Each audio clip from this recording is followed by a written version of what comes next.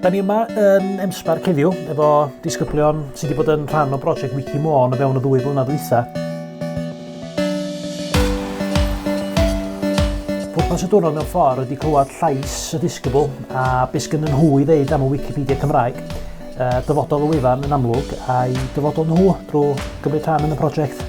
Dysgu lot am Wikipedia a sut da ni'n gallu cael effaith drwy'r byd i gyd. Jyst cael mwy o gwybodaeth am Wiki a sut mae wedi effeithio y byd i gyd a bod yna gymaint pobl gweithio efo. Rhan o'n gwaith ni mewn brifysgol ydy dysgu bobl siwr i feddwl ac siwr i dysgu sgiliau ar gyfer y dyfodol. Wel, mae ymwneud â Wikipedia holl bwysig. Mae rhaid i chi cael eich ffeithiau'n gywir, mae rhaid i chi ddangos bod hyn yn wir, a rhaid i chi osod nhw mewn ffordd diddorol, beniadol, ac mae hynny yn arbennig o ffeithlon. Mae Wikipedia wedi cael chwildro llwyr yn y byd yma.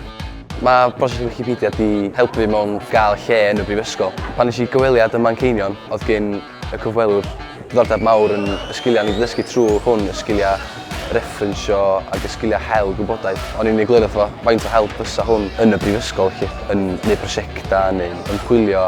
So mae rhywbeth fel hyn yn ddefnyddiol iawn ac yn bwysig iawn i'r myfyrwyr. Mae'n ffordd da o adolygu mewn ffordd ar gyfer ei arholiadau tygau. Nath o rili helpu fi yn mynd ymlaen trwy wneud prosiectau bach a dwi'n siŵr wneud o helpu efo brifysgol hefyd.